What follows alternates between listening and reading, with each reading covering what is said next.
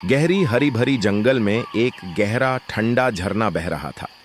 पानी इतना साफ था कि उसकी सतह पर तैरते पत्थरों तक को देखा जा सकता था। शाम का समय था, सूरज हल्के नारंगी रंग का हो चुका था और पक्षियों की चहचहाहट माहौल को शांत बना रही थी।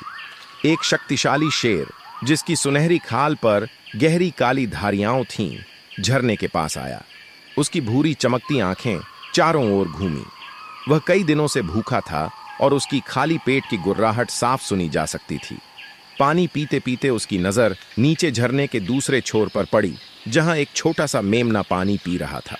वह मासूम सा सफेद मेमना अपनी नाजुक टांगों पर खड़ा था और धीरे धीरे पानी पी रहा था। उसके भोले भाले काले चमकते हुए आंखों में किसी का कोई डर नहीं था, मगर शेर की भूख और ताकत उसे निर्दोष मेमने की कमजोरी के आगे निर्दयी बना रही थी। शेर के दिमाग में ख्याल आया, इस छोटे जानवर को मारकर अपनी भूख मिटा सकता हूं, लेकिन बिना किसी कारण उसे मारना सही नहीं लगेगा। मुझे इसे दोषी ठहराने का कोई तरीका निकालना होगा। शेर धीरे धीरे मेमने के पास पहुंचा और अपनी भारी गर्जना से कहा, शेर, अरे दोस्त, तू इतना बदतमीज हो गया है कि जब मैं पानी पी रहा हूं तब तू पानी गंदा कर रहा है। मेमना डर से कांप उठा। उसने सिर झुका लिया और धीमे स्वर में जवाब दिया, मेमना, हे जंगल के राजा, मैं आपकी सेवा में हूं। मैं ऐसा कैसे कर सकता हूं? मैं तो नीचे खड़ा हूं और आप ऊपर से पानी पी रहे हैं।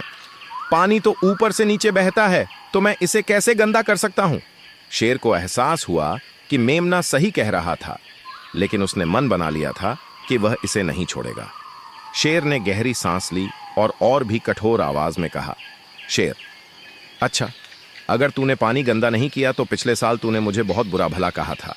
आज मैं तुझे इसकी सजा दूंगा। मेमना और भी डर गया। उसकी पतली टांगें कांपने लगीं। मेमना, महाराज, आप गलत कह रहे हैं। मैं तो अभी कुछ महीनों का ही हूं। पिछले साल तो मेरा जन्म भी नहीं हुआ था। मैं आपको कैसे कुछ कह सकता हूं? शेर ने जोर से दहाड़ लगाई और कहा, तो फिर तेरे बाप ने कहा होगा, तू भी तो उसी की संतान है, वैसे ही बुरे कर्म करेगा, और अब मैं तुझे बख्शने वाला नहीं हूं। मेमना अब कुछ नहीं कह सका। उसकी आंखों में आंसू थे, लेकिन वह जानता था कि ताकतवर की मर्जी के आगे सच की कोई कीमत नहीं होती। शेर ने छलांग लगाई और मेमने को दबोच लिया। जंगल में एक पल के लिए सन्नाटा छा गया। पक्षी उड़ गए, पेड़ों की शाखाएं भी जैसे सहम गईं। मासूम मेमने ने एक आखिरी बार करुणा से देखा और फिर हमेशा के लिए शांत हो गया। शेर ने अपना भोजन खत्म किया और वहां से चला गया। झरना बहता रहा जैसे उसने कुछ देखा ही न हो। पानी धीरे धीरे मेमने के पद चिन्हों को मिटा रहा था, जैसे दुनिया कमजोर की आवाज को भूल जाती है। कहानी से सीख, जब कोई ताकतवर किसी कमजोर को नुकसान पहुंचाना चाहता है तो वह हमेशा कोई न कोई बहाना ढूंढ लेता है। निर्दोष होना हमेशा अन्याय से बचने की गारंटी नहीं होती।